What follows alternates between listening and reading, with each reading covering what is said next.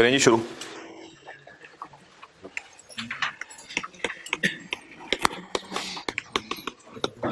जी भाई बहुत ही दिल पर पत्थर रख के ये सवाल मैं करा रहा हूँ क्योंकि आगे मुझे पता है अभी 2 चैप्टर रहते हैं, रिटर्न असेसमेंट, पीरियड लॉसेस। लेकिन क्या करें फिर, अब सिलेबस को बगाया तो नहीं जा सकता, तो ये न्यूमेरिकल अब कराना पड़ेगा आपको। एक दिन और हमारा लग जाएगा अब सेल्स टैक्स पे। क्वेश्चन 5 देखी जाएगी आपको जब भी सिलेबस खत्म होता है। Question 5, Jahangir is registered under sales tax. Syllabus क्या जल्दी खत्म करके पता नहीं क्या कमाल आप लोगों ने कर लेना, मुझे नहीं समझ आ रही। ठीक है वो तो ठीक है, लेकिन अब जाहिर बात है जो चीज़ें करनी है तो आनी है ना, पेपर में तो आनी है, करनी भी है, ऊपर से तो नहीं गुजारनी। कौन सा पेज है ये? 482। J is registered under Sales Tax Act 1990. J runs multiple businesses. Following information has been stated for the month of February 2017. चलेंगे शुरू है।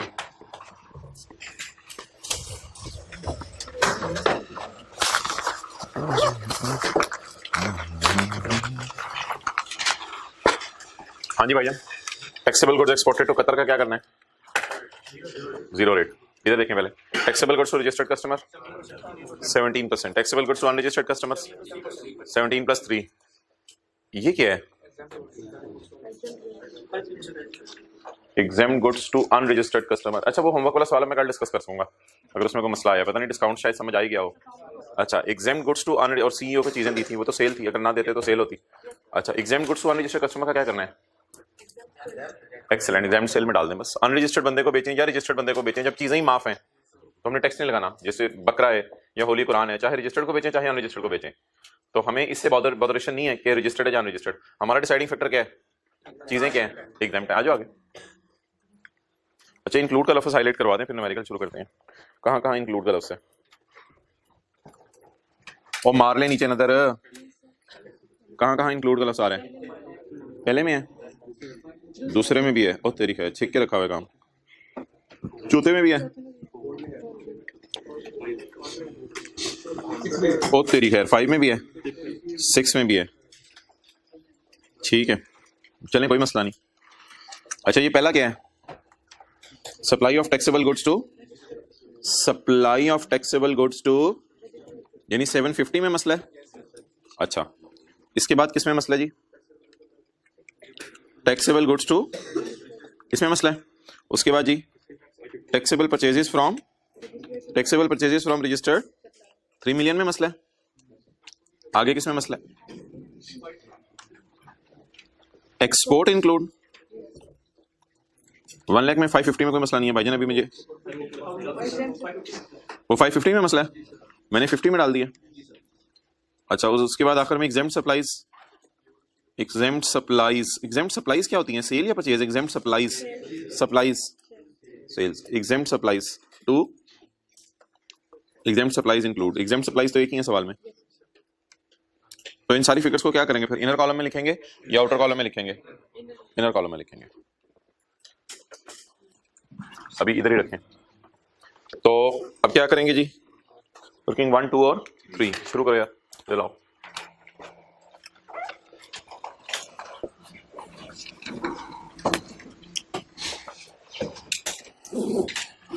Working 1, input tax on others on machine।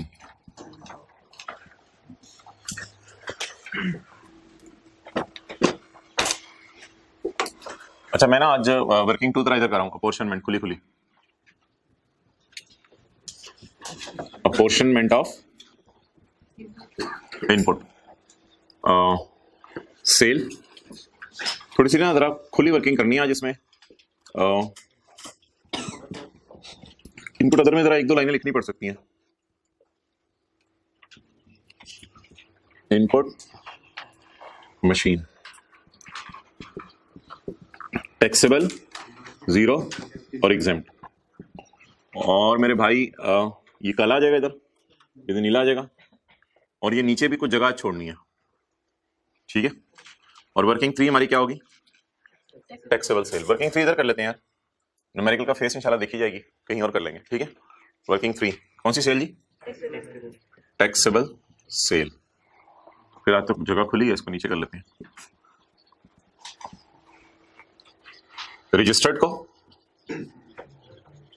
और अदर्स को और रजिस्टर्ड को। अच्छा भाई सेल जो है वो आपको पता है 3 किस्म की होती है। एक होती है टैक्सेबल सेल, टैक्सेबल एट 17%, उसमें 17 वाली भी आ जाती है, 3 वाली भी आ जाती है। और एक सेल होती है 0 रेट, और तीसरी सेल होती है एग्जाम सेल। चलें जी सवाल की पहली एडजस्टमेंट पढ़ते हैं। Taxable goods exported to Qatar. जो रात लेट आए हैं हमने सिर्फ येलो में हाईलाइट किया इंक्लूड का मसला किस किस में था और इनको हाईलाइट कर दिया। तो इनको अब इनर कॉलम में लिखेंगे या बार बार आउटर कॉलम में? इनर कॉलम में। टैक्सेबल गुड्स टू कतर 100, शायद इसमें कोई मसला हो। Taxable goods to registered customers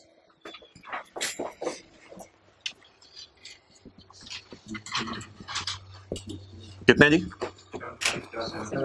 750। Taxable goods to unregistered customer 550। ये भी इनर कॉलम में लिखना है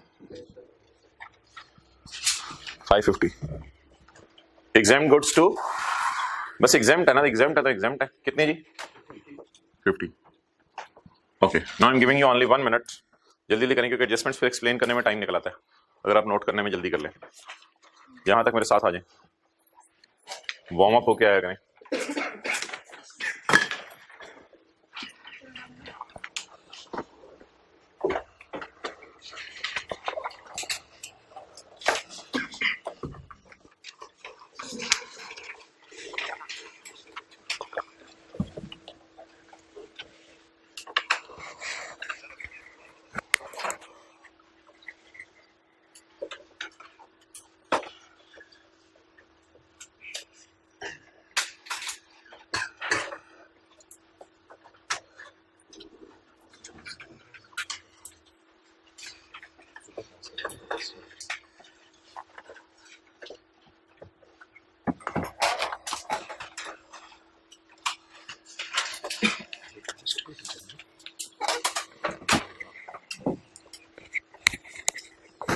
हो गया? आ जाए। अच्छा भाई अब आगे क्या करना है? Taxable goods purchase from registered suppliers. कितना जी? 3000 नोट करें। Taxable goods purchase from registered suppliers 3000।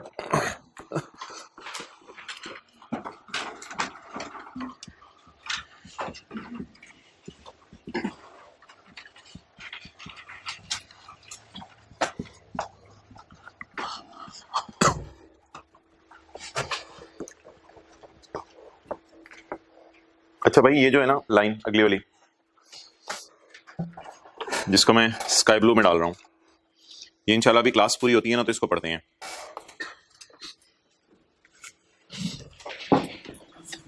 असल में ये वो कॉन्सेप्ट है जिसकी वजह से आज न्यूमेरिकल में करवा रहा हूँ। बाकी चीजें आपको समझ आ जाएंगी, बाकी चीजें आसान है। सिर्फ ये एक वाहिद कॉन्सेप्ट था जो अब न्यूमेरिकल्स में आपको होमवर्क में दिया जाएगा और ये एक बिल्कुल नया कॉन्सेप्ट है आपके लिए। अच्छा एग्जाम गुड्स फ्रॉम, क्या कर रहे हैं यार? और यार गुड्स ही एग्जाम्ट है यार, गुड्स ही एग्जाम्ट है तो बात ही खत्म होगी। परचेज में 17 दिया होगा? नहीं दिया होगा तो बोलें एग्जाम्ट गुड्स कितने की? Of rupees 70 in advance. Done? आगे बढ़ेंगे। परचेजेस टैक्सेबल गुड्स फ्रॉम, अच्छा चीजें तो टैक्सेबल हैं लेकिन ऐसे बंदे से जाकर खरीदी जिसने अपने आप को रजिस्टर नहीं कराया हुआ, तो फिर उसे हमने कितने रुपए दिए होंगे? वैसे सोच के बताइए, उसने अपने आप को रजिस्टर नहीं कराया हुआ, 100 रुपए दिए होंगे। तो चीजें टैक्सेबल हैं लेकिन बंदा क्या है?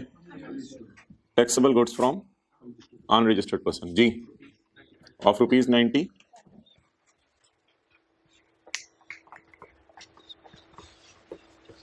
ओके चलें जी आगे। Following further information is available. पढ़े यार, पहला पॉइंट पढ़ के साथ साथ सारी करें, जल्दी बताएं व्यूअर्स। निकालें पहले, पढ़े पकने का लोटे जल्दी करें ना, पीछे पड़ गए। कुछ और चीज भी कर लेंगे, न्यूमेरिकल खत्म हो गया तो। क्या करें, क्या डालें, क्या निकालें? Calculator please please please calculator. Sale of taxable goods to registered customer, sale of taxable goods to, इस 7.5 लाख में मसला है। इसमें क्या पड़ा हुआ है? 2 लाख की सेल पड़ी हुई है। तो जानने वाला यहां पे रुक के बताएं पड़ी कितनी हुई है? 2 लाख की। पड़ी कितनी हुई है? 2 लाख की। ऐसा ही है ना, इंक्लूड 2 लाख है। To an associated company at a special discount of, normal discount is, तो भाई ये रॉन्ग फिगर बताएं कितनी है? 2 लाख। और क्या आप एग्री करते हैं कि ये फिगर जो है वो 75% पे पड़ी हुई है? क्योंकि इस तक स्पेशल डिस्काउंट माइनस हो गया हुआ है। वो बात याद है जो एक दफा मैंने की थी कि स्पेशल डिस्काउंट है 25%, तो 75 की चीज बेची होगी, और अगर नॉर्मल सवाल किया था एक हमने एक बार मेरे ख्याल से, वो थ्योरी में सवाल था, और अगर नॉर्मल डिस्काउंट होता तो चीज कितने की बिकती बताएं। अब 200 को 200 रॉन्ग फिगर है, और ओरिजिनल फिगर कैसे आएगी, बोले बोले हिम्मत करें। 200 डिवाइडेड बाय 75 मल्टीप्लाइड बाय 90 240। अब सिर्फ आपकी आंखों के सामने ये सर्कल होना चाहिए बस, बाकी तो हमने रफ वर्किंग से की है। क्या करें जी, सेल को कितने से निकालें और कितने से डालें। 200 से निकालें और 240 से डाल दें, रॉन्ग को उल्टा दें, ओरिजिनल को रिवर्स कर दें। इसमें कितनी सेल पड़ी हुई है जी भाई, ये वर्किंग 3 जो मैं उधर करता होता था जिधर लाया हूँ, ऐसे मेरा दिल चाह रहा था करीब हो जिधर, तो वर्किंग 2 के इधर लाया हूँ। 200 को निकाल दें और सेल टू परवीन, नहीं उस दिन परवीन थी, आज परवीन नहीं है, सेल टू एसोसिएट जी बोले।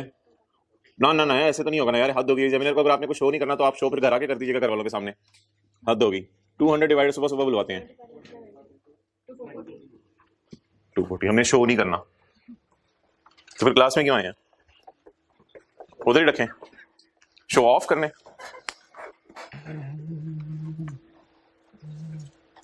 आ जाए पढ़े यार, अगला पॉइंट फारी करें यार, जल्दी करें यार, ऐसे ना किया करें यार, अपनी किताबों से पढ़े।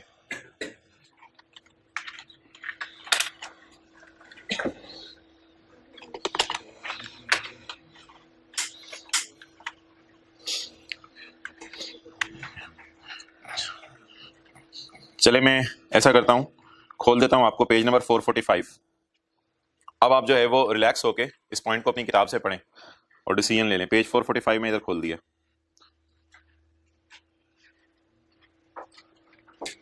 पेज 445 है। सेल 2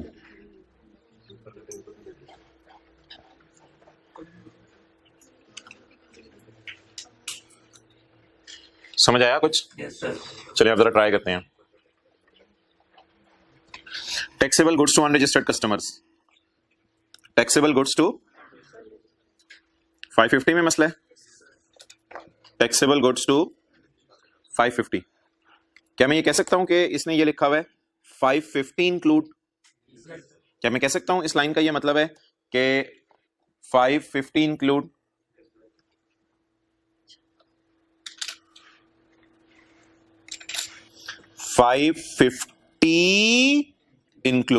550 में शामिल है 2 लाख रुपए की sale to a cottage industry in Bela. Bela इलाका है, मैं पता नहीं बलूचिस्तान में कहाँ है, तो इन बेला या लेला से हमें कुछ नहीं करना, तो it includes sale to a cottage industry. भाई कॉटेज इंडस्ट्री 2 की अनरजिस्टर्ड है, but it is not liable to be registered, इसलिए इसको 17 में डालें या 17/3 में डला रहने दें इसको। ये तो 17/3 में डला हुआ है, तो यहां से निकालें सेल टू कॉटेज इंडस्ट्री, इसको रिक्लासिफाई कर देना, रिक्लासिफाई कर दें सेल टू, इसको 17/3 से निकाल के किस में डाल लें, sale to cottage industry not liable to be, तो इसलिए इसको 17 में डाल दें, देखी जाएगी 17/3 से निकाल दें। क्या बात एक ही है, बात एक ही कैसे है, हद हो गई, बात एक ही है, बात एक ही है कैसे यार, खुदा का खौफ कर, एंड पे इस फिगर पे हमने 3% फर्दर टैक्स लगाना है। मेरी जान निकलने वाली थी, आज सेल्स टैक्स का आखिरी दिन है।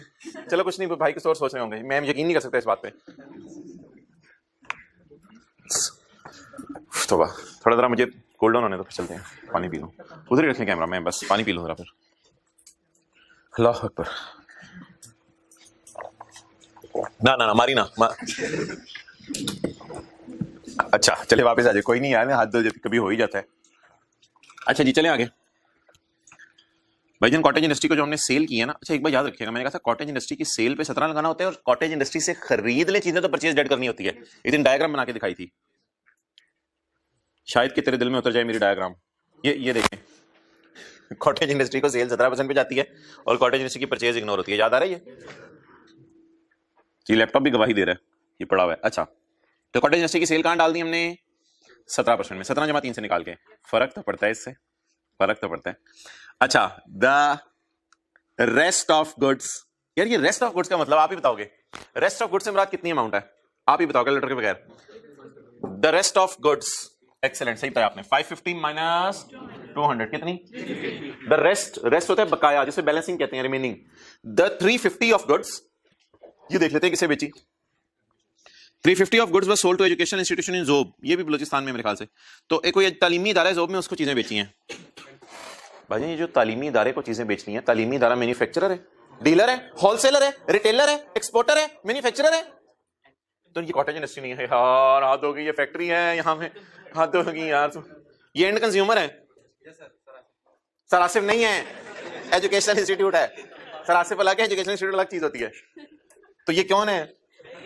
तो भाई एजुकेशन इंस्टीट्यूट ने क्या करना है चीजों को, एजुकेशन इंस्टीट्यूट ने जो है वो बल्ब बना के बेचने आ गए, एजुकेशन इंस्टीट्यूट ने इसी बना के बेचने चीजों को, एजुकेशन इंस्टीट्यूट ने इस्तेमाल करके फेंक देने चीजों को।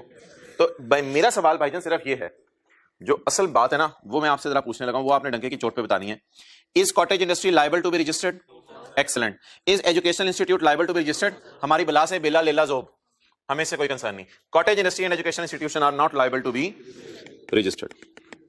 Cottage industry and educational institution are not liable to be, आप बता दें इनकी सेल किस पे डाला करें? 17% पे। डन। अब यार बकाया सेल किसकी है? 550 में से बकाया किसको है? एजुकेशन इंस्टीट्यूशंस को। तो इनको जो मैंने सेल की है वो 17% पे करूं, या ये भी बुरे बच्चे हैं? ये बुरे बच्चे नहीं है। वैसे रेस्ट ऑफ रेस्ट बची कितनी थी 550 में? 350 को यहां से निकाल दूं? कुछ तो मेरे पास रहने दो, सब कुछ मेरा लेके जा रहे हो। चुप, खुदा के लिए कुछ तो रहने दो, कुछ चुप।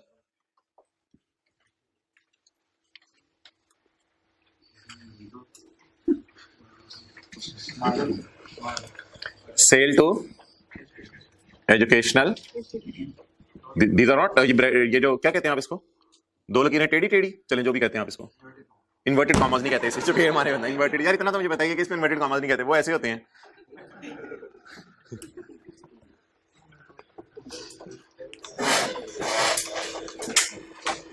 चलें आगे बढ़ें। हाँ यार इसका क्या करना है? पॉइंट 3 का करें यार, साथ साथ फारिग करें इसको, जल्दी करें यार। सिनेरियो कौन सा यार ये क्रेडिट नोट वाला? एक्सेलेंट भाई, ये तो जबरदस्त आपने ये पकड़ लिया। रिडक्शन ऑफ सेल प्राइस, तो सिनेरियो कौन सा वाला है? Credit note of 1 lakh was issued by JA to a customer. यार JA to a customer, JA डॉलेंस जैसा है या होंडा जैसा है? और कस्टमर ऐसी जरा समझने के लिए, JA किस जैसा है? डॉलेंस जैसा है। और आपको याद है कस्टमर हमने होंडा रखा हुआ था उधर, ये तो डॉलेंस और होंडा जैसा है। तो a credit note was issued by seller, JA तो हम है ना, a credit note was issued by seller to a customer, ये हम सेलर हैं, हमने अपने ग्राहक को, दुकानदार ही अपने ग्राहक को नोट इशू करता है ना, on reduction of sale price. जरा सेल प्राइस पे देखते हैं, सेलर क्रेडिट नोट इशू करते हैं, जरा देख आते हैं, पता चल रहा है कि सेल प्राइस रिड्यूस हो रही है। तो सेल प्राइस रिड्यूस पे सेलर क्रेडिट नोट इशू करता है। ओहो, दूसरा इशू करता है लेकिन वो डेबिट नोट होता है, हाथ धोगी दोनों इशू करते हैं। वो दूसरा कैसे इशू कर सकते हैं क्रेडिट नोट? वो तो डेबिट नोट इशू करता है सुबह सुबह।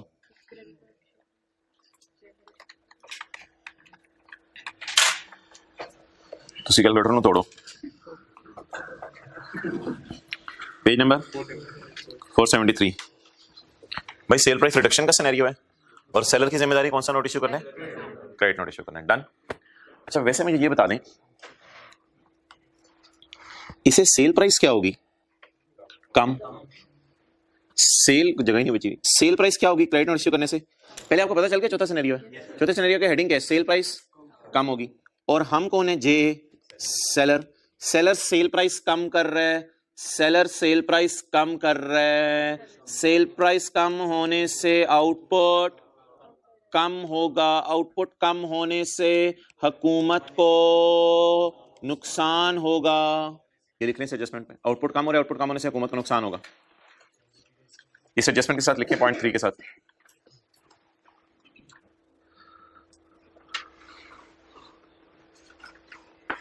सेल कम हो रही है, से आउटपुट कम होगा, आउटपुट कम होने से हुकूमत को नुकसान होगा। ये एडजस्टमेंट कितने दिनों में कर सकते हैं? 180 डेज में। अच्छा चलें अभी इस बहस को साइड पर रखें कि क्या कहते हैं, ये एडजस्टमेंट होनी है या नहीं होनी, इसको भी साइड पर रखें। बिल फर्ज अगर होनी हो तो सेल कम कहां जाके करें, किस वर्किंग में? बिल फर्ज अगर होनी हो, सेल का हम कम कहां करें, जल्दी जल्दी बताएं। वर्किंग 2 में, वर्किंग 3 में, यहां पे जाके सेल कम कर देंगे। जैसे सेल रिटर्न वगैरह इधर आती है तो इधर सेल कम हो जाएगी। क्लियर? तो सेल कम होनी है, ठीक है। कैसे पता चला हम सेलर हैं? JA issued to a customer, customer को हमने इशू किया नोट। तो चौथे सिनेरियो में आपको पता है सेलर इशू करता है credit note. The goods were sold in November, the goods were sold in November. ये फरवरी है यार, फरवरी है और ये नवंबर है।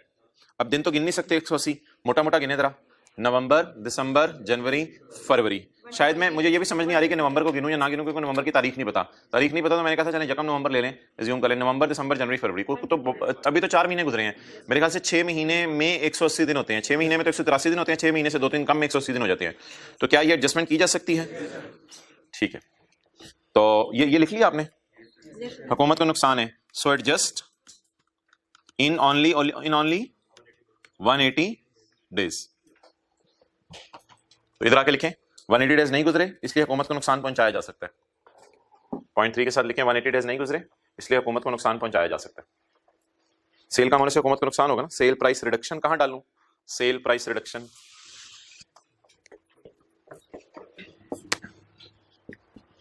Cell reduction, sale price reduction due to debit note, जो भी लिखते हैं आप अंग्रेजी, due to credit note, sorry.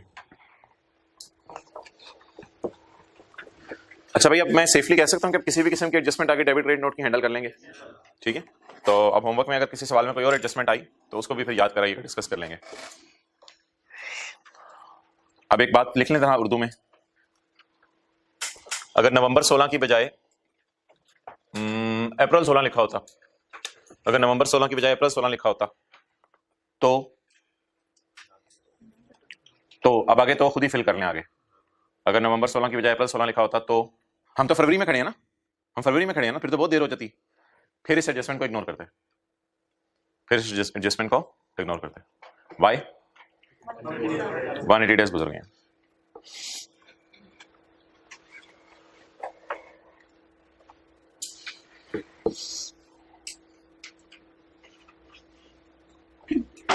ये पॉइंट 4 के लिए ना मैं आपको सिर्फ 1 मिनट दे रहा हूं। पॉइंट 4 पढ़ के देख लें कौन कौन सी चीजें माइनस करनी है, कौन सी नहीं करनी। इंक्लूड हुई हुई चीज को क्या करते हैं? माइनस करते हैं या नो नहीं, इंक्लूड हुई चीज को माइनस या ऐड नहीं करते। इंक्लूड तो हुई होती है, या माइनस करते हैं या इग्नोर करते हैं। इंक्लूड हुई चीज को या माइनस करते हैं या इग्नोर।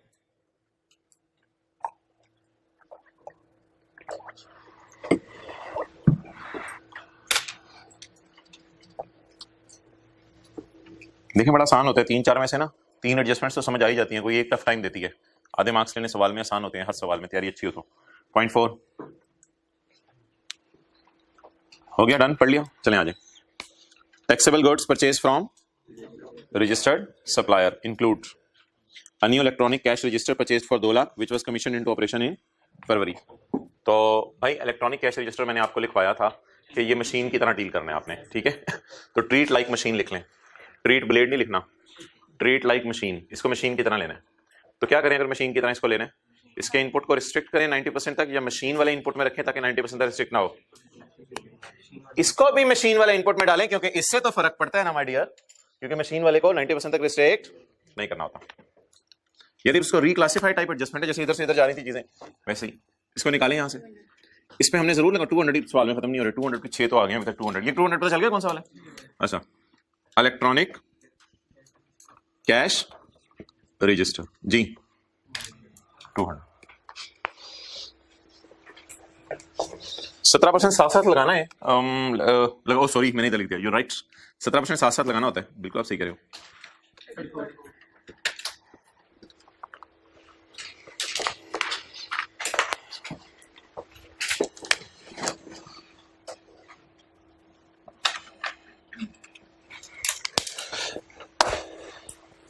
ओके,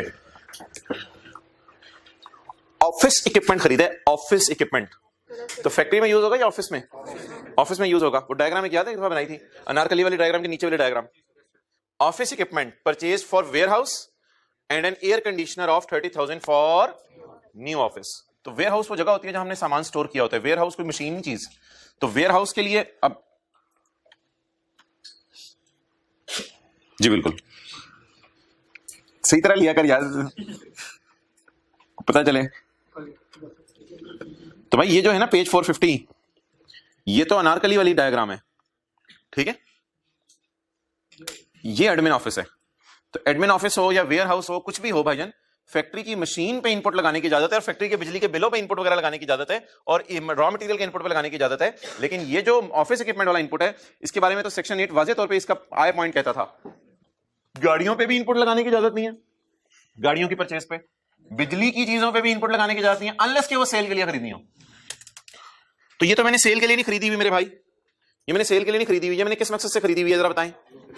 जी बिल्कुल, ये मैंने ऑफिस के यूज के लिए खरीदी हुई है। Office equipment for warehouse and air conditioner for new office, for sale लिखा हुआ है, फॉर यूज होगा, फॉर यूज के लिए होगा। तो इसलिए अब क्या करें, इसको बोले माइनस करते, कितना माइनस 50 और माइनस 30। 50 क्या है, purchase of office equipment of 50 और purchase of AC of ₹30।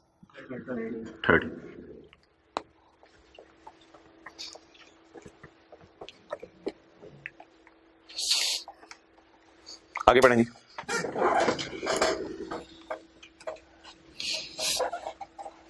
An amount of 30,000 paid for the purchase of raw material, आपने रॉ मटेरियल को परचेज करने के लिए अमाउंट पे की है। An amount of 30,000 paid for purchase of raw material, paid, पैसे पे कर दिए। However, only 30% of the goods were supplied during February। तो चीजें मिली कितनी है, for which sales tax invoice has been issued by supplier, जिसके लिए उसने sales tax invoice इशू की है। अच्छा यार मुझे ये बताएं, कैश पेड सारी चीजों का हो गया, लेकिन बिल मेरे पास उतनी चीजों का आया है जो आई हैं। तो फर्ज करें मैंने 10 कार्टन मंगवाए किसी चीज के, कार्टन होते हैं ना डब्बे, 10 डब्बे मंगवाए, 10 डब्बों के पैसे दे दिए मैंने, 30,000 3,000 शायद एक के हों, 10 डब्बों के पैसे दे दिए मैंने, लेकिन अभी अनलकीली 30% चीजें आई हैं जिनका बिल भी आ गया है। मुझे बताएं मैं कितनी चीजों का बिल होल्ड कर रहा हूंगा, हाथ में पकड़ा होगा, कितनी चीजों का बिल हाथ में पकड़ा होगा, 30% का। एक सेक्शन याद है मैंने आपको बताया था, जब तक आप बिल होल्ड ना कर रहे हो आप इनपुट रिकॉर्ड नहीं कर सकते। तो बताइए मैं बिल होल्ड कर रहा हूं चीजों का, सिर्फ कितने % चीजों का बिल होल्ड कर रहा हूं, 30% का होल्ड कर रहा हूं। तो मेरी जेन्युइन परचेज कितनी होगी फिर जो अलाउड होगी, 30% परचेज मुझे रिकॉर्ड करने की इजाजत है, लेकिन मैंने परचेज में पूरी 30,000 डाल दी हुई है। तो 30,000 का 30% तो सही है, उसको मेरे ख्याल से इंक्लूड रहने दें, उसको इंक्लूड रहने देना। तो कितने % निकाल दें, समझ आई कोई? ठीक है। तो जाली परचेज कितनी है और जेन्युइन, जाली से मुराद फेक इनवॉइस नहीं है, लेकिन लॉ मेकर को भी पसंद नहीं है जब तक बिल होल्ड ना कर लें। सेक्शन 7 का 2 याद है, 7 का 2, सेक्शन 7 का 2 था, सेक्शन 7 के 2 में लिखा हुआ था जब तक आप बिल होल्ड ना करें तब तक आप input record, he holds a bill. तो कितने बिल होल्ड कर रहे हैं, तो 70% bills, 70% invoices not held, 70% bill हमारे हाथ में नहीं है। तो कितने % बिल हाथ में है, तो परचेज इंक्लूड है। इंक्लूड जब लिखा हो तो ये सोचना होता है क्या हो चुका है, क्या करना है। सारी परचेज डली हुई है, कितनी डलनी चाहिए, कितनी निकाल दें, 70%। और अगर सवाल में इंक्लूड ना लिखा होता फिर तो 30% डायरेक्ट डाल देते, फिर तो 30% डायरेक्ट डाल देते। जब इंक्लूड लिखा हो थोड़ा सोचना पड़ता है, कितनी डली हुई है, कितनी डली हुई है, सारी डली हुई है, कितनी नहीं डली होनी चाहिए थी वो निकाल दें। नहीं इस तरह शो करें ना, उस एग्जामिनर को पता चले 30 का कितने %, 70% निकाल दें। तो बाकी कितना पड़ा रह जाएगा फिर, तो ये 21 रुपए लिख दें, आपकी मर्जी है, 21 लिखना 21 लिख दें, इसका दिल चाह रहा है 21 लिख दें, लेकिन बेहतर एग्जामिनर को शो कर दें। अगर 21 लिखना तो फिर ऐसे ब्रैकेट में लिख दें 30 × 70%। लेकिन 21 को निकाल के आप कुछ करना नहीं है, कहीं और नहीं लेके जाना।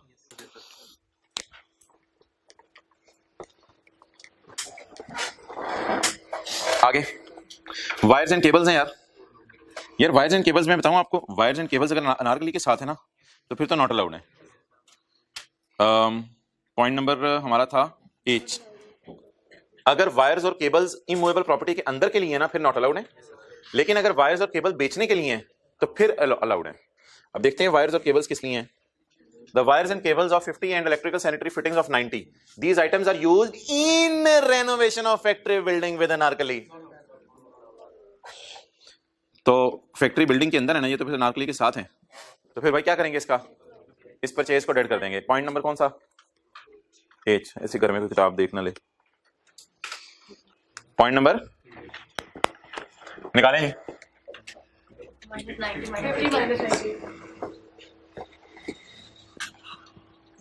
क्या चीजें हैं? अब मेरे पास अलग अलग लिखने का टाइम नहीं है। Wires, cables and sanitary fittings वगैरह 50 प्लस इनएडमिसिबल। ऐसे ही है ना? ये परचेज रिकॉर्ड करने की इजाजत नहीं है, उधर ही रखें।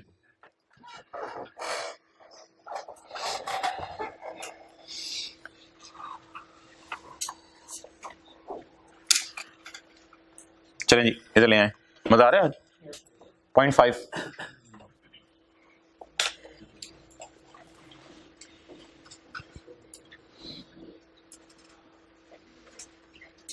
Export sale include sale of taxable goods of 20,000 to retailer in export processing zone. Export processing zone कौन सा इलाका होगा पाकिस्तान में जहां से चीजें एक्सपोर्ट होती हैं, जैसे सियालकोट वगैरह। अच्छा, ये बात हुई भी एक दफा, हम एक्सपोर्टर हैं या हमने एक्सपोर्टर को बेची है? एक्सेलेंट, हमने एक्सपोर्टर को बेची है, इसलिए हमारी बला से कि उसकी सेल एक्सपोर्ट है या नहीं, हमारी सेल तो लोकल सेल है ना। एक्सपोर्ट प्रोसेसिंग जोन पाकिस्तान में है भाईजान, एक्सपोर्ट प्रोसेसिंग जोन बाहर के मुल्क में नहीं है।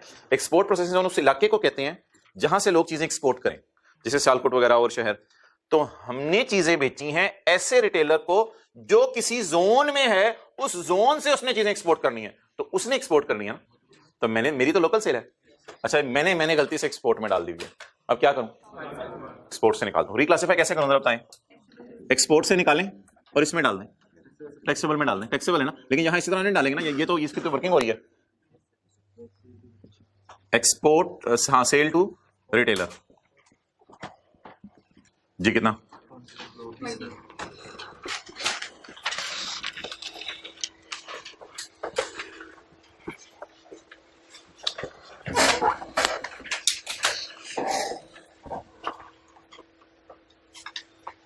वो एक्सपोर्टर है, हम एक्सपोर्टर हैं, तो हमने एक्सपोर्ट सेल में फिर क्यों डाला इसको? हम एक्सपोर्ट सेल से इसको निकाल दें। ठीक है, चलें अगला पॉइंट।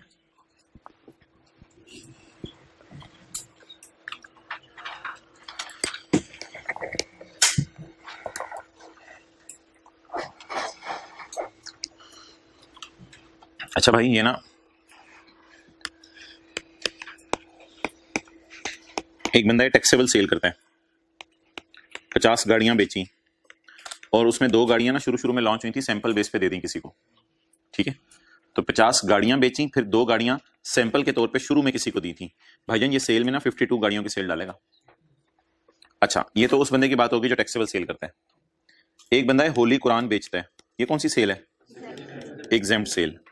इसने पहले तो 2 कुरान किसी को सैंपल बेस पे बेचे और फिर इसने 50 कुरान जो है वो पैसों के बेचे। इसके 52 के 52 कुरान एग्जेम्प्ट होंगे, ऐसा ही है ना? तो जो बंदा टैक्सेबल सेल करता है उसके सैंपल टैक्सेबल है, जो बंदा एग्जेम्प्ट सेल करता है उसके सैंपल भी एग्जेम्प्ट हैं। Does it make sense? Exempt sale वाले को हम ये तो नहीं कह सकते तो एग्जेम्प्ट चीजों के सैंपल बेचे तो उन पे टैक्स लगाएंगे हम। तो जो टैक्सेबल सेल करता है वो टैक्सेबल चीजों के सैंपल दे तो वो टैक्सेबल है। होंडा 50 गाड़ियां बेचे और 2 गाड़ियां मुफ्त में दे दे, 52 गाड़ियों पे हुकूमत को टैक्स देगी। होली कुरान वाला 50 कुरान बेचे और 2 कुरान किसी को सैंपल के तौर पे दे दे, 52 के 52 ही क्या होंगे? तो जब होली कुरान एग्जेम्प्ट है तो उसके सैंपल भी, जब गाड़ियां टैक्सेबल हैं तो उसके सैंपल भी।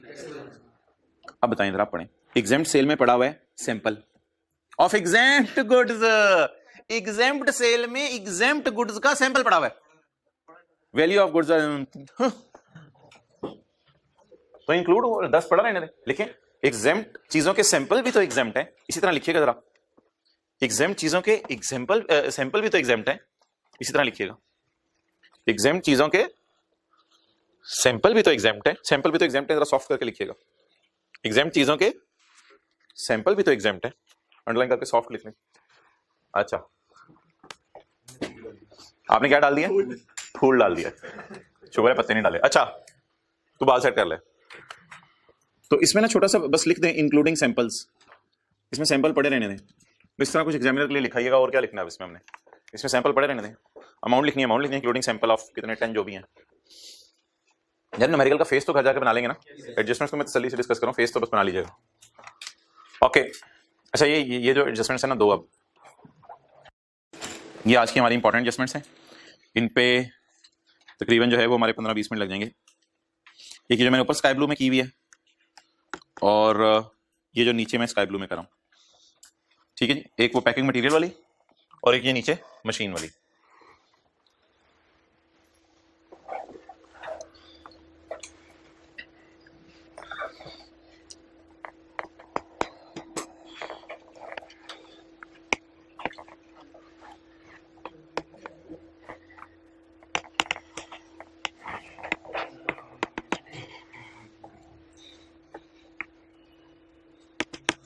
फल, फल, शोर ने कहा आई परचेज्ड फल for my family, for my, अब्बू अम्मी खाएं, बीवी खाए, बच्चे खाएं।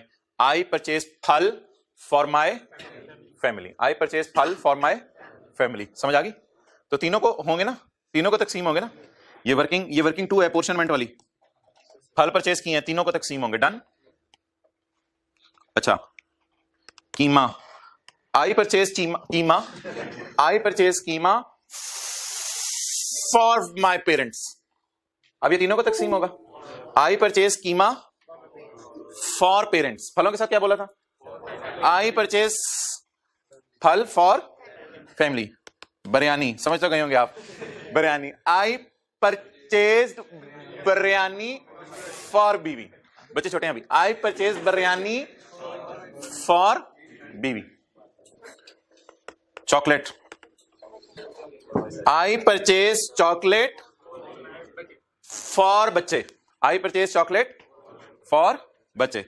अच्छा शॉर्मा कर लो, आई परचेज शॉर्मा फॉर बीवी बच्चे, खुद नहीं खाना कुछ, relax. I purchase shawarma for बीवी बच्चे।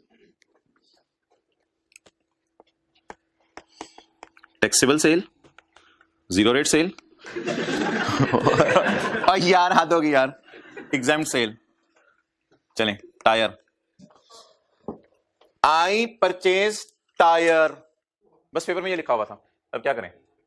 तीनों में तकसीम कर रहे हैं। आई परचेज तीनों में तकसीम कर दें, बस कुछ भी नहीं लिखा हुआ पेपर में। I purchased wires for use in factory, तीनों में। I purchase packing material for zero rate sale, शायद ये चीजों की पैकिंग नहीं करनी पड़ती, पाकिस्तान में बेचते हैं, ये पैक करके बेचते हैं बाहर के मुल्क में। I purchase packing material for zero rate sale, तो फिर इसको तीनों में पोर्शन करेंगे, तीनों में पोर्शन नहीं करेंगे। क्लियर? समझ आ गया? अच्छा जिस परचेज के साथ कुछ ना बताया हो तो वो तो फलों की तरह जो घर में लाके रख दिए सारे खाएं। जब बिरयानी तो शोर जो है वो लैपटॉप के बैग में डाल के लेके जाएगा ना बीवी के लिए, ठीक है? तो अच्छा वापस आ जाए, चलिए छोड़ें यार, क्या बातें शुरू होगी। आए जी, परचेजेस में आए, परचेजेस में आए, वो कह रहे बैग बड़ा वाला लेना। अच्छा अभी हुई नहीं। अच्छा जी पढ़े भाई purchases. Purchase of packing material from registered for, this purchase is for and this purchase is for exempt sale. अच्छा वैसे मुझे बता दें परचेजेस के लिए कौन सी वर्किंग है? वन, परचेज के लिए कौन सी वर्किंग है? लेकिन भाई आज के बाद ना ऐसी परचेज जो किसी खास बंदे के लिए घर में लेके आए आप, उस परचेज को मैं वर्किंग 1 में नहीं डालूंगा, 1.1 भी हो सकता है, लेकिन किताब में मैंने जरा 2.1 में डाला हुआ ताकि इधर से ही इनको तकसीम कर दें जिसको जो करनी है। ये जो काला आना है ना और ये जो नीला आना है, काले और नीले को इंशाल्लाह मैं तीनों में तकसीम करूंगा, मुझे जरा याद कराइएगा वो पुराना, काला और नीला इनको मैं तीनों में तकसीम करूंगा। आज पीला जरद पता नहीं क्या क्या आएगा आज इधर, उनको भी तकसीम करना पड़ेगा, लेकिन जर्दे को तो किसी किसी को देना है वरना घी वाला होगा, ठीक है? तो काले नीले पे पुराने रूल, लेकिन आज जरद आ रहा होगा, लाल आ रहा होगा, हरा आ रहा होगा, उनको फिर देखना पड़ेगा किसमें तकसीम करना है। Done? Ready? Should I start? अच्छा यार ये जो टैक्सेबल सेल है ना, टैक्सेबल सेल की ना डेफिनेशन हमें पता होनी जरूरी है।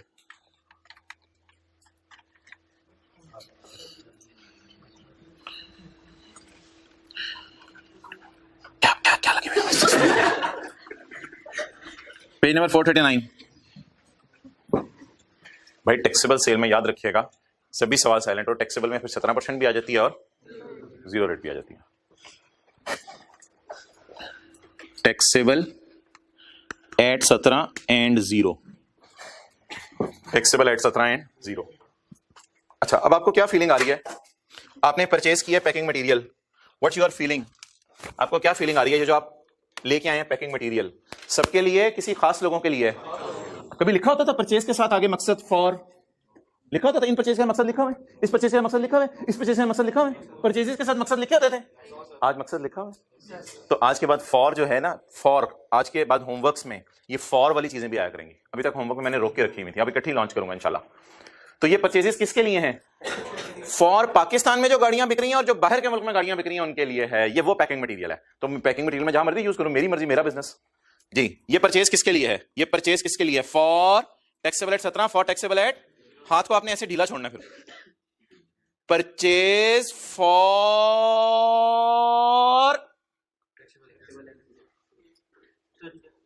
देखें दोबारा देखें, परचेज फॉर, इस लिफाफे को आपने रखना नहीं है उधर, टेबल पे नहीं जाकर रख देना, इस लिफाफे को जरा, फॉर टैक्सेबल एट, ये अबू अम्मी और बीवी के लिए है, बच्चों के खाने वाली चीज नहीं है ये, अबू अम्मी और बीवी के लिए। For taxable and working 2.1, working 2.1 packing material purchase की है फॉर टैक्सेबल एट 17 एंड 0। ये हेडिंग बन गई हमारी, ये हेडिंग बन गई। आपको पता है इनपुट पे 7-17 लगाना होता है, 7-17 लगाना होता है। पकड़े इनपुट कितने? परचेज कितनी है? परचेज 200 पे 17%। क्या जवाब आया? 34 मैं किस किस में तकसीम कर दूं? टैक्सेबल और, अभी टैक्सेबल और 0 निकली नहीं, तो मैं पहले टैक्सेबल 0 निकाल लूं, फिर इंशाल्लाह इसको साथ ही पोर्शन भी कर देता हूं।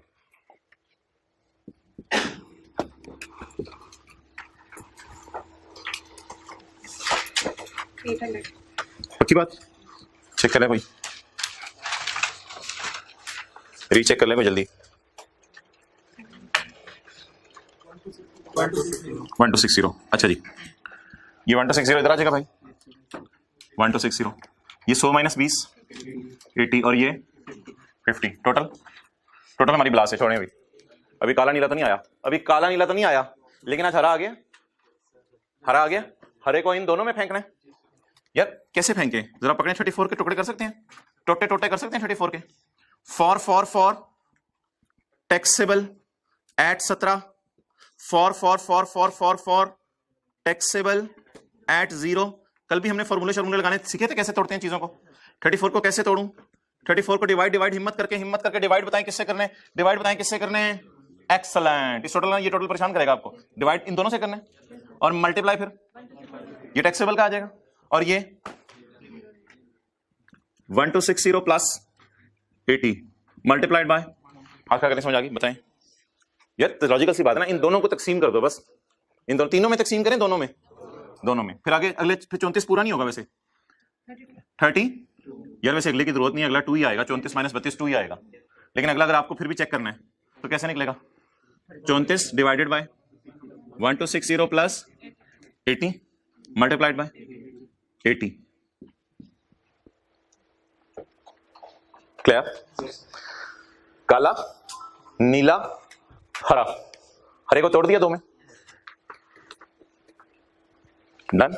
इसको इंशाल्लाह आपने मुझे बताना है फेस पे कैसे लेके जाना है, थोड़ी देर में यहां पे मैं लेके आऊंगा। चलें आगे, नोट कर लें। बात बड़ी आसान है, बहुत आसान है, कोई मुश्किल बात नहीं है। अगर अबू अम्मी वाली मिसाल, बीवी वाली तो याद रही जाती है मिसाल। दांत निकले हैं इसके,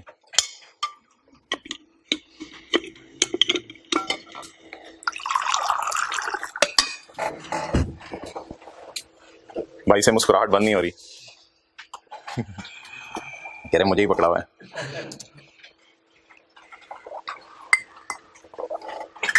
ले आओ भाई, ये पैकिंग मटेरियल किसके लिए है? नहीं, और यार ये हो गया ना।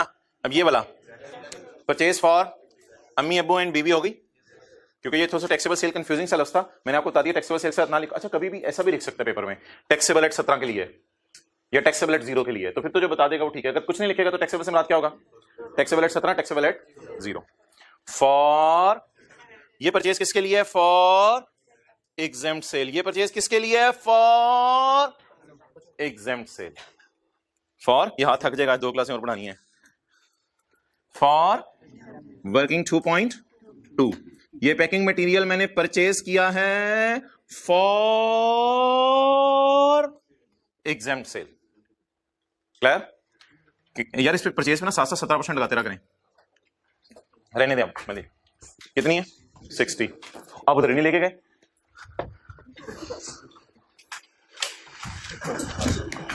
अच्छा, 60 इंटू 17%। नहीं, परचेज पे तो 17 लगेगा ना। इधर एग्जाम सेल आके डेट हो जाएगा, मुझे पता है, इधर आके डेट हो जाएगा। लेकिन एग्जाम सेल के लिए जो परचेज करते हैं, मिसाल के तौर पे आपने होली कुरान बेचने हैं तो कागज की परचेज पे तो आप 17 पे करेंगे ना। मिसाल के तौर पे आपने कारपेट बेचने तो धागे की परचेज पे तो 17 पे करेंगे ना। तो ये परचेज एग्जाम सेल में बाद में यूज होनी है, पहले परचेज तो डाले ना इसकी। मुझे पता है कि ऊपर जाकर डेट हो जानी है, शायद ये निकालने की भी जरूरत नहीं है, ये भी मुझे पता है। लेकिन परचेज पे 17 तो मैंने पे किया होगा, बाद में डेट हो जाना मेरा 10.2। क्या? अब आप मुझे बता दें, काला, काला, नीला, हरा, ये हरा को तोड़ा है, और जर्द। अच्छा, इसको तो कुछ करने की जरूरत नहीं ना, ये तो सिर्फ बच्चों के लिए है, ये तो बड़ों के लिए है ही नहीं, ये बच्चों के लिए। नीला,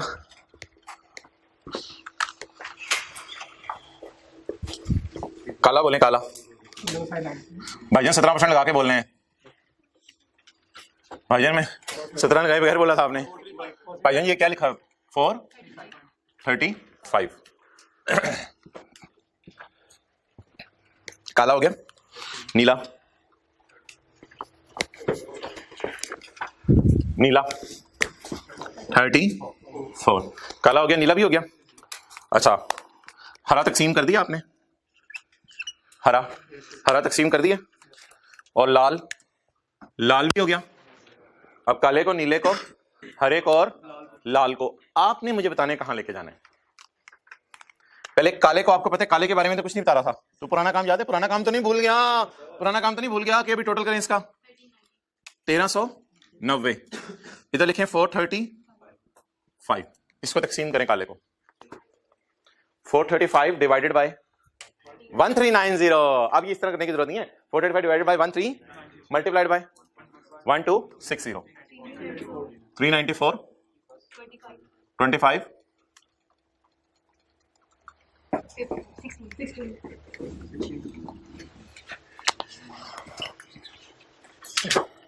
डन। अच्छा, मशीन वाला कितना है?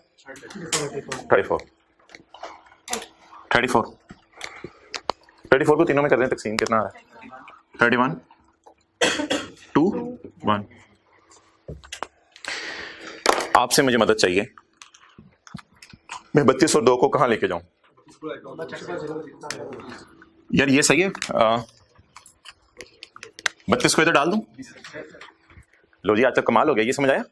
32 को इधर डाल दूं, जगह छोड़ने को कहा था मैंने। 32 को इधर डाल दूं, और 2, it is purchase of packing material not machine, it is purchase of for both of these. कितना हो गया? 2। अल्लाह का शुक्र है, ये समझ आ गया। 2, ये 2 इधर चला गया। ये परचेज फॉर एग्जाम्प्ट सेल है, जिसे ऐड करना है 10। लेकिन यार अब इसका टोटल की जरूरत नहीं है। 32 जमा 2 जमा 10 के नीचे टोटल आ रहा हो, टोटल की जरूरत नहीं है, बस छोड़ें। 435 को अलग तकसीम किया, और फिर ये 32, 2 और 10 नीचे से लाए। डन। अब हमारा कोई नया काम नहीं है, अब न्यूमेरिकल में सारे पुराने काम। बस वर्किंग 2.1 ने जो देना था वो दे दिया हमें। अब आप बता दें, इनका टोटल करना पड़ेगा। हाँ जी भाईजान, इनका टोटल करना पड़ेगा। 426, 27, 26। और यार आप बता दें क्या करना है। एक मिनट इधर देखें बस। 26 और 1 को डेड कर देना। इसमें ये वाला 10 में कह रहा था निकालने की जरूरत नहीं थी पेपर में, वैसे निकाल लिया था तो अच्छी बात है। 26 और 1 को डेड कर देने। 27 और 2, 29 को रिफंड मांग लेना न्यूमेरिकल की चिन्ह पे, और फिर रेड मार्कर से हम इसको शायद लगाते होते थे ऐसे, तो 1260 को उधर ले जाना, और फिर 426 के साथ ब्रॉड फॉरवर्ड पुराने महीने वाला डालने, और 31 मशीन देखे, पता नहीं मशीन है या मशीन है वो देख लेंगे, और 31 को हमने फिर क्या कर दे रहे, माइनस कर देना। डन। आप बता दें न्यूमेरिकल के फेस पे माइनस क्या होना है? 426 और 31, और रिफंड कितना होना है, और डेड कितना होना है। तो इसलिए इसको तो फारिग करें। ये तो डेड हो जाना है सारा, इसको आपने नजर रखनी है। डन। अब ऐसा करते हैं कि न्यूमेरिकल का फेस आप भी घर से बना लें, मैं अपने घर से बना लूंगा, ये नहीं पता कहाँ है घर, मैं अपने घर से बना लूंगा, आप अपने घर से बना लें, कल टैली कर लेंगे, ठीक है। एक एडजस्टमेंट हमारी रह गई है, वो कौन सी है? आखिरी एडजस्टमेंट कर लें। फेस हो जाएगा, वैसे हो जाएगा फेस, मेरे नहीं ख्याल को मसला होना चाहिए, फेस हो जाएगा। फर्दर टैक्स आज नहीं होगा वैसे, क्योंकि ये 0 है, फर्दर टैक्स आपका कोई 3% नहीं होगा, ऐसे ही है ना। एक एडजस्टमेंट रहेगी है ना, 2 रहती हैं हो। हाँ यार सब्र करो यार, कोई मसला नहीं। एक एडजस्टमेंट और रहती है, कौन सी वाली? मशीन वाली। कोई मशीन में प्लस करने की जगह है हमारे पास, कोई मसला नहीं। मशीन, ये आखिरी वाली एडजस्टमेंट की टेंशन नहीं है मुझे, ये मैं कल भी करा दूंगा, क्योंकि ये फेस पे पोस्ट करनी है, ये फेस की एडजस्टमेंट है, ये इंशाल्लाह ट्राई कीजिएगा, वरना कल कर लेंगे। आखिरी वाली एडजस्टमेंट की टेंशन नहीं। ये मशीन, ये बताएं क्या एडजस्टमेंट है? मशीन, यार मशीन से तीनों चीजें बन सकती हैं। हाँ, मशीन से टैक्सेबल सेल भी हो सकती है, जीरो रेट सेल भी हो सकती है, एग्जाम सेल भी हो सकती है, लेकिन ये मशीन किस लिए है? आज तक तो ऐसे लिखा होता था मशीन इज इंपोर्टेड। अगर इतना सा लिखा होता मशीन इज इंपोर्टेड तो हम कहां डालते? इधर। आप बता रहे मशीन किस लिए मैंने खरीदी है? सोचे फैक्ट्री के अंदर 3 काम हो रहे हैं ना हमारे, टैक्सेबल, एग्जाम, जीरो। ये मशीन किस लिए खरीदी है? फॉर यूजिंग, वैसे तो इसका फायदा कोई नहीं होगा, लेकिन शो करने वर्किंग में मशीन इज यूज्ड, शो तो करना होता है ना, शो एक्सक्लूजन, किसी चीज को एक्सक्लूड भी करना है तो एग्जाम को शो तो करना है। ये मशीन किस लिए खरीदी है?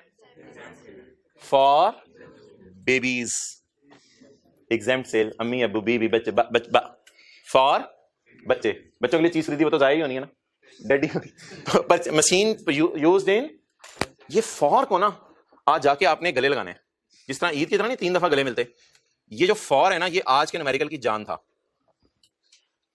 ओए होए। अच्छा जी, ये मशीन किस लिए है? जैसे ही फॉर आए ना तो आपने घर में हाथ ऐसे छोड़ दिया करना है, मशीन फॉर छोड़ते करते करते करते करते working machine for, machine for exempt sale, तो वर्किंग 2.3 क्या परचेज किया भाईजान? मशीन परचेज की है फॉर बेबीज, तो इनपुट डेड ही होने इसका, लेकिन निकाल लें, 7 17 लगाते रहें, 300 इंटू 50 है, 50 इंटू 17 9, ये 9 इधर डाल देना। अब ये टोटल ना जो 34 है, 31 में 2 जमा 1 का टोटल है, वो आपको पता है, ये 9 हमने एक्स्ट्रा डाला है आज, तो भाई इसको भी क्या करना है यार? डेड करना है। तो भाई ने ऐसे परेशान कर दिया था, एक एडजस्टमेंट रहेगी है, लेकिन अच्छा वो बता दिया, ये भी डेड हो गया, जीरो रेट हमारा वही रहेगा, और न्यूमेरिकल का फेस वही रहेगा। चलिए आखिरी एडजस्टमेंट पढ़ लें। भाईजान जी क्या चीज है? Sales tax brought forward from January, हमारा महीना कौन सा है? और ब्रॉट फॉरवर्ड किससे है? तो 245, तो हमें खेलने की आदत है 245 से। आगे एक बला पड़ी हुई है, इस डली हुई बला को डला रहने देना है या निकालना है? The amount was inclusive of input of 120 paid on chemical which could not be used and was consequently destroyed। ये यूज नहीं हो सका और फिर फरवरी में हमने सोचा इसको डिस्ट्रॉय कर दें। ये डिस्ट्रॉय हुई चीज का इनपुट कल हमने क्या पढ़ा था? डेड हो जाएगा। तो बोलें टोटल पुराना इनपुट कितना आ रहा है, लेकिन उसमें से एक चीज हमने क्या कर दी? डिस्ट्रॉय। कल पढ़ा था डिस्ट्रक्शन ऑफ गुड्स के नाम से एक सेक्शन, तो 245 में से माइनस करें 121, तो न्यूमेरिकल के फेस पे ब्रॉट फॉरवर्ड कितना जाएगा? 125। न्यूमेरिकल के फेस पे ब्रॉट फॉरवर्ड कितना जाएगा? 125। डन, ठीक है। अब जिनकी क्लास है वो जा सकते हैं, बाकी हजरात जो है वो बैठे रहे, तो हम न्यूमेरिकल का फेस इधर बना लेते हैं, ठीक है? 2-3 मिनट जिनकी क्लासेस हैं वो जा सकते हैं उठ से। क्या होमवर्क नहीं देना आज बस? अच्छा, किसी की क्लास नहीं कोई है तो उठ से जाते रहे, कल फिर फेस, अपना फेस और हमारा फेस मैच कर लीजिएगा। नहीं होगा फेस कभी भी मैच, हाँ नहीं होगा, सही कह रहे हो। चलो बनवाओ यार फेस। भाईजान जिसकी क्लास है उसने खुद ही उठना है। सेल कितनी है? 12 इंटू 17। अबू बकर अगली क्लास में टाइम पे शुरू कर सकेंगे? ठीक है। 1260 into 17%, 214 less input lower of actual plus brought forward. Actual कितना? ये आखिरी एडजस्टमेंट डिस्ट्रॉय वाली समझ नहीं आई ना, तो कल मुझे याद करा दीजिएगा। एक्चुअल बोले, एक्चुअल कितना? एक्चुअल 426 और ब्रॉट फॉरवर्ड वो मैंने अभी सवाल में आपको निकाला। एक्चुअल कितना आ गया जी? 426 और ब्रॉट फॉरवर्ड 125 टोटल 551 कंपेयर किससे करना है? कितना आ गया? 193। अच्छा जी, लोअर 193, बाहर क्या जाए? 193। भाईजान कैरी फॉरवर्ड आएगा एंड पे? न्यूमेरिकल के एंड पे कैरी फॉरवर्ड आएगा? कैरी फॉरवर्ड कितना माइनस करना चाह रहे थे? कितना हुआ? कितना नहीं कर सके? समझ आ रही है ना चीजें आसान है। 358। अच्छा जवाब बताएं। 21 लेस इनपुट मशीन या मशीन, अभी अभी देखते हैं मशीन है या मशीन है। मशीन का कितना है? मशीनाबाजी याद है? अगर पेपर में भी आ सकती है मशीनाबाजी, घर में सवाल करते हुए भी आ सकती हैं, और इस सवाल में भी आ गई, क्लास में भी। मैंने क्या कहा था? अगर मशीन का इनपुट ज्यादा आ जाए तो आपने इसके साथ क्या लिखना है? कैरी फॉरवर्ड या रिफंडेबल। याद आ रहा है? एक दिन क्लास में जाते जाते बात की थी। तो इसका नाम बोलें मशीना। रुखसाना नहीं, क्या नाम है? मशीना। भाई कभी ऐसा हुआ नहीं था वैसे आता है क्लास में कि मशीन का इनपुट ज्यादा आ गया हो, लेकिन पास पेपर का क्वेश्चन 4 होमवर्क में दिया था, उसमें ज्यादा था। पास पेपर का क्वेश्चन 4 एक दिन होमवर्क सबसे पहले क्लास में दिया था होमवर्क में, तो उसका इनपुट मशीन का कभी इनपुट ज्यादा आ जाए तो रिफंडेबल ना लिखिएगा, क्या लिख दीजिएगा? Carry forward. डन। एक लाइन रहेगी सवाल में, फर्दर टेक्स्ट तो है नहीं 3% वाला, एक लाइन रहेगी। बोले बोले बोले चिन्ह रिफंडेबल। रिफंडेबल किस पे यार? 0 रेट पे। 27 जमा 2 कितना हो गया? 29। नहीं, इस कैरी फॉरवर्ड को आप इधर ही शो करोगे। अच्छा जी, बोले आप क्या क्या आ गया? हाँ इधर कैरी फॉरवर्ड इसी तरह आएगा। इसका आई कैप पता है कैसे लिखता है? आई कैप ऐसे लिखते हैं, sales tax to be carried forward. अब यार इसका पता है होता क्या है? अगले महीने मशीन के साथ ब्रॉड फॉरवर्ड होकर फिर यहां माइनस हो जाता है। तो समझ आ गया सारा? ये एक्चुअल इनपुट है, ये ब्रॉड फॉरवर्ड 90% से कंपेयर किया, मशीन का माइनस किया, और चिन्ह पे न्यूमेरिकल की क्या क्या आता है बोले? Refundable on taxable sale, sorry refundable on 0 rate sale, और कैरी फॉरवर्ड। ठीक है, ओवर क्लास।